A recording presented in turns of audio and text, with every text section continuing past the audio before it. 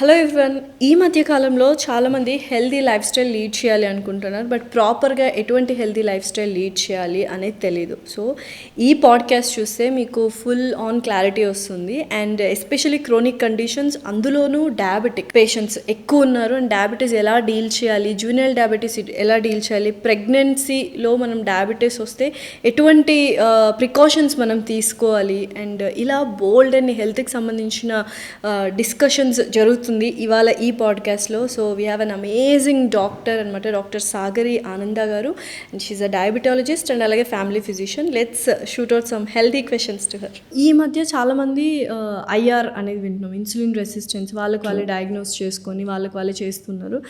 అలా చేయడం కరెక్టా? అండ్ ఇస్ ఇట్ పాసిబుల్ అలా డయాగ్నోస్ చేయడం అండ్ కరెక్ట్ వేలో డయాగ్నోస్ అవుతుంది అనేది? అది చెప్పే ముందే I tell you what is insulin resistance. మనందరి బాడీస్లోని ఇన్సులిన్ అనే న్యాచురల్ హార్మోన్ బాడీలో ఆల్రెడీ ప్రొడ్యూస్ అవుతుంది. కరెక్ట్. దీనివల్ల మెయిన్ యూజ్ ఏంటంటే, మనం అన్నంగా కానీ ఏదైనా కార్బోహైడ్రేట్ షుగర్స్ కన్జ్యూమ్ చేసినప్పుడు ఈ ఇన్సులిన్ హార్మోన్ వల్ల బాడీలో ఉన్న జీవకణాలు అంటే సెల్స్ అన్ని ఆ షుగర్ని తీసుకొని దాని ఎనర్జీగా మార్చి మనకి మళ్ళీ హెల్ప్ చేస్తాయి. అంటే ఇన్సులిన్ హార్మోన్ వల్ల ఆ కార్బోహైడ్రేట్స్ అన్ని కరిగిపోయి మనకి ఖర్చు అయిపోతాయి. కానీ ఇన్సులిన్ రెసిస్టెన్స్లో ఇన్సులిన్ హార్మోన్ కరెక్ట్ మోతాదులో ప్రొడ్యూస్ అయినా ఈ బాడీ సెల్స్ అనేవి షుగర్ని తీసుకోలేకపోతాయి. So they are showing a resistance for the action of insulin. దాని ద్వారా తీసుకున్న షుగర్స్గానే ఉండిపోయి షుగర్స్ బాగా రైజ్ అయిపోతాయి. మనకి ఎనర్జీస్ కూడా ఉండవు. సో అంటే మనకి షుగర్స్ బాగా పెరిగినప్పుడు మనం ఇంకా ఎక్కువ నీరసంగాను, సత్తు లేనట్టుగాను, స్టామినా లేనట్టు, టైర్డ్ ఫీల్ అవుతాం. This is the main reason for that. So insulin రెసిస్టెన్స్లో sugars become very high. Insulin hormone కూడా ఎక్కువ ఉంటుంది, కానీ ఎందుకు ఉపయోగం ఉండదు. సో దీన్ని కాంపన్సేట్ చేయడానికి body starts producing more insulin. Okay. And ఆ షుగర్స్ని బ్యాలెన్స్ అవుట్ చేస్తూ ఉంటుంది. ఈ ప్రాసెస్ కొంచెం హెచ్చు తగులు అంటే ఫైట్ లాగా లిటరల్లీ జరుగుతూ అది మెయింటైన్ చేసిన నాళ్ళు మనకి నడిచిపోతుంది.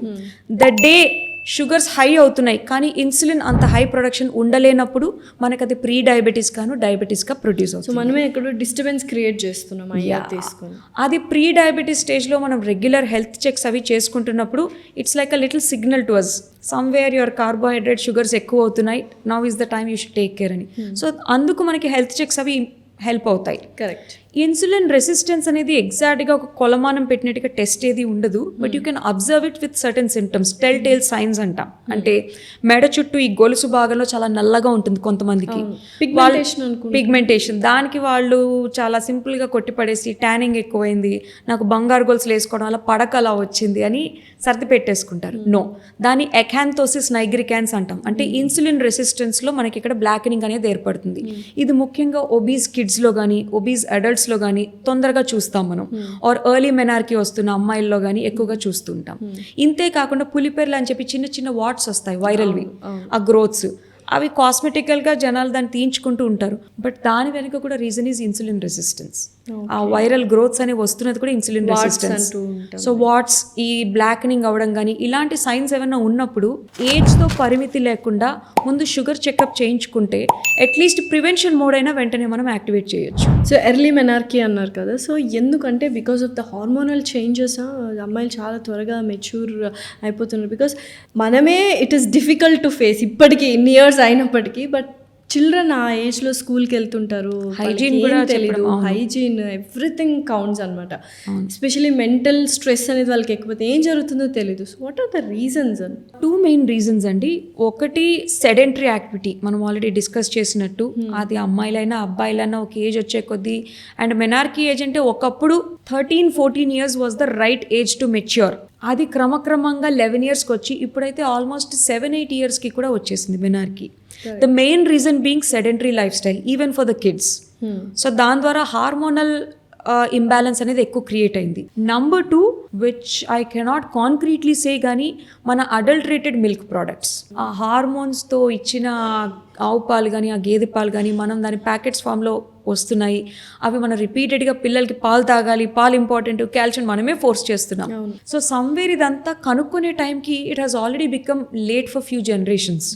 బట్ అలా అని మనమే గేదెల్ని పాలని తెచ్చుకొని మనమే రైతుల్లా పండించి ఇవన్నీ చేయలేకపోతున్నాం. So somewhere we have become a little victims of our fast life.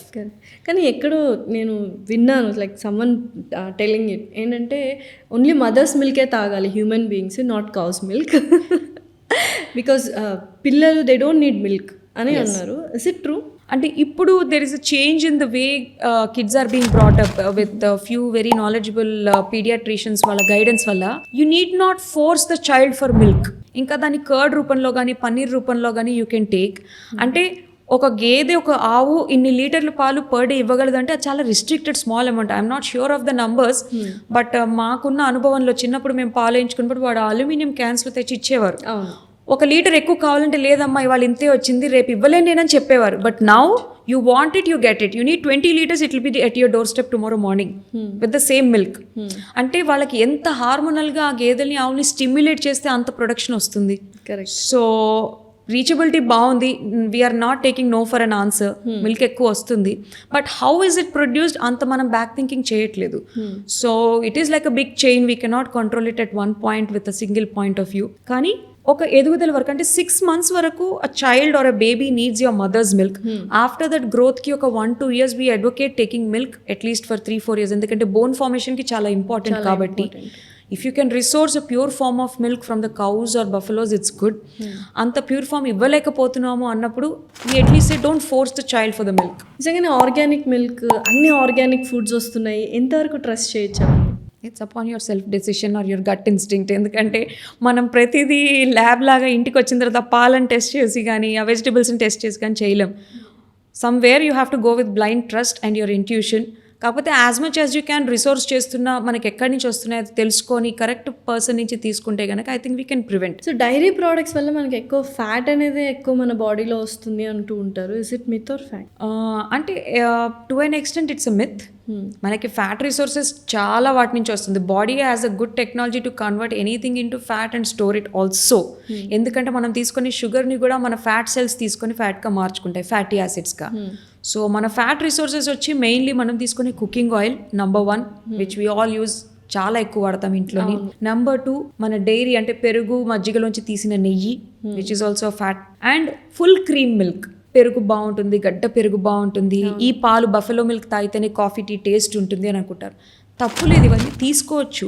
కానీ ఇంత ఫ్యాట్ని మనం బర్న్ చేయగలమా, చేస్తున్నామా అనేది క్వశ్చన్ చేసుకోవాలి. So there has to be a balance. నెయ్యికి నెయ్యి వాడేస్తూ గేదె పాలని క్రీమ్ మిల్క్ పెరుగులు తింటూ మళ్ళీ ఫుల్ 5 liters per month టైప్లో కుకింగ్ చేసుకుంటున్నప్పుడు you are giving excess fat to your body. ఆయిల్ని మితంగా వాడుతూ అప్పుడప్పుడు నెయ్యి కూడా తింటూ టోన్డ్ మిల్క్ అంటే ఫ్యాట్ తీసేసిన మిల్క్ని మనం వాడుతూ, పిల్లలకి కావాలంటే కొంచెం ఆ వెన్నతో ఉన్న పెరుగది పెడుతూ మనం మాత్రం టోన్డ్ మిల్క్ కర్డ్ని యూస్ చేస్తున్నప్పుడు you can consume all fats in balance. So ఈ అవగాహన ఉండాలి. ఫ్యాట్ అనగానే వాళ్ళకి మైండ్లోకి వెళ్ళేది ఏంటంటే పాలు పెరుగు నెయ్యి వీటిని అసలు ఫ్యాట్గా కన్సిడర్ చేయరు. ఫ్యాట్ అంటే ఆయిల్. నేను డైలీ ఆయిలీ ఫుడ్స్ తినను, నేను డైలీ పూరి లేకపోతే డీప్ ఫ్రైడ్ ఫుడ్స్ తినాను కాబట్టి నాకు కొలెస్ట్రాల్ వచ్చే ఛాన్సే లేదని లీటర్లు పాలు పెరుగు కన్స్యూమ్ చేస్తూనే ఉంటారు. అంటే యాక్చువల్గా అవేర్నెస్ క్రియేట్ చేయాలి. Thank you so much. My pleasure. Thanks.